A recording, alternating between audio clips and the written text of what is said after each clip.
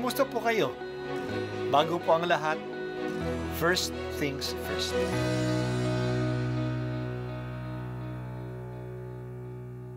Good morning po.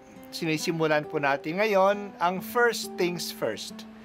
At dito po, tinatalakay natin sa unang bahagi ng umaga natin ay ang first readings na binabasa po sa banal na misa. Ito pong tinatalakay natin kasi madalas po kasi marami na tayong alam tungkol sa gospel readings. Pero konti po ang nagsasalita sa first readings. Pero ang first readings, bahagi din po yan ng Biblia, ng banal na kasulatan. Kaya susubaybayan po natin ang mga first readings, basahin po natin at kuminsan kailangan ng basahin ng 2 o 3 beses bago maintindihan kasi hindi po tayo familiar sa mga istorya at sa mga kaisipan na tinatalakay dito. Noong mga araw na iyon, sinabi ng Panginoon kay Moises, "Balikan mo ngayon din ang mga Israelitang inialis mo sa Ehipto. Naroon at nagpapakasama. Tinalikdan nila agad ang mga utos ko. Gumawa sila ng guyang ginto. Iyon ang sinasamba nila ngayon at hinahandugan. Ang sabi nila iyon ang Diyos na nag-alis sa kanila sa Ehipto. Kilala ko ang mga taong iyan at alam kong matigas ang kanilang ulo. Kung gusto mo, lilipulin ko sila at sa iyo ko pagmumulain ang isang malaking bansa." Nagsumamo si Moises sa Panginoon, Huwag ninyong lipulin ang taong inialis ninyo sa Ehipto sa pamamagitan ng inyong kapangyarihan. Kapag nilipol ninyo sila, masasabi ng mga Ehipsyo na ang mga Israelita ay inaalis ninyo sa Ehipto upang lipulin sa kabundukan.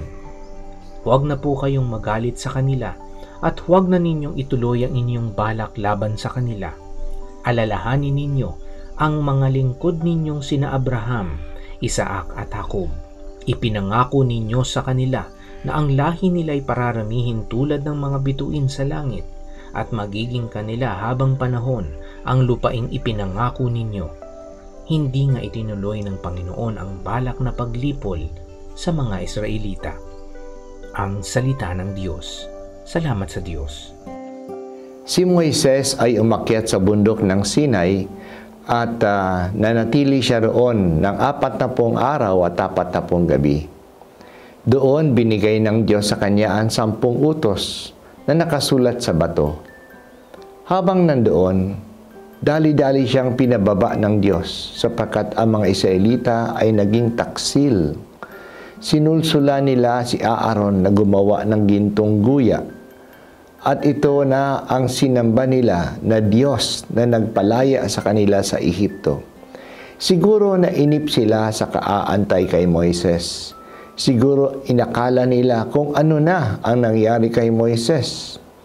Hindi nila kayang kumilala sa Diyos na hindi nila nakikita. Kaya gumawa sila ng larawan ng Diyos na nagligtas sa kanila. Larawan ng ginto na isang guya. Galit na galit si Yahweh. Talagang matigas ang ulo ng mga taong ito. Kaya gusto na niya silang lipulin. Gagawa na lang siya ng bagong bayan mula sa lipi ni Moises. Si Moises ay isang dakilang tagapamagitan. Nakiusap siya sa Diyos. Ang Panginoon ay maaari palang pakiusapan. Nagbigay siya ng ilang dahilan upang ipaalam sa Diyos na hindi magandang idea ang kanyang balak na lipulin ang mga Israelita. Ano kayang sasabihin ng mga Ehipsyano kapag nabalitaan nila na pinatay ng Diyos ang lahat ng mga Israelita? Baka sabihin nila na masama ang balak ng Diyos para sa kanyang bayan.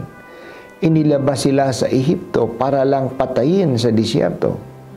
O baka sabihin ng mga tao na hindi kaya ng Panginoon ang kanyang bayan, kaya nilipol na lang sila.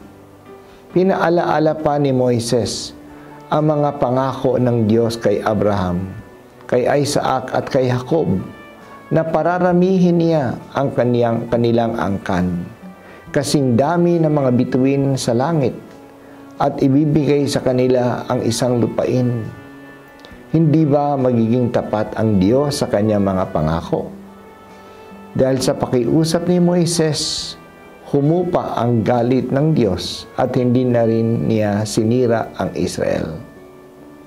Si Moises ay dakilang tagapamagitan.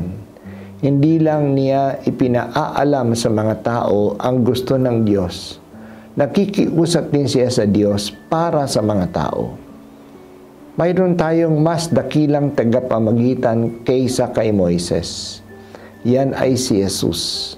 Siya ay ngayon nakaluklok sa kanan ng Ama sa langit upang patuloy na ipanalangin tayo sa Diyos Ama. Ipaabot sa Ama ang ating kahilingan at humingi ng awa sa Kanya. Mabisa ang Kanyang pakikiusap kasi Siya mismo ay nagtaya ng Kanyang buhay para sa atin. Hindi lang Siya nakikiusap sa pamamagitan ng Kanyang salita, nagbuhos Siya ng Kanyang dugo alang-alang sa atin.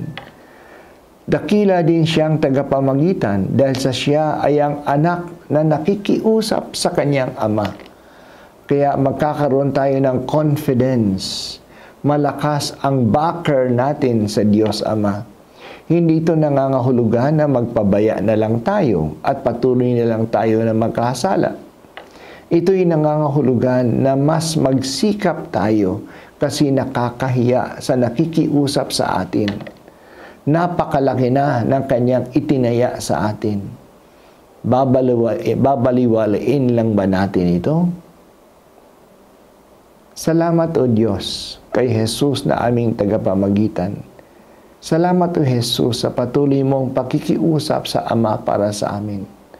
Palakasin mo ang aming loob o banal na Espiritu na palagi kaming lumakbay sa landas ng kabanalan.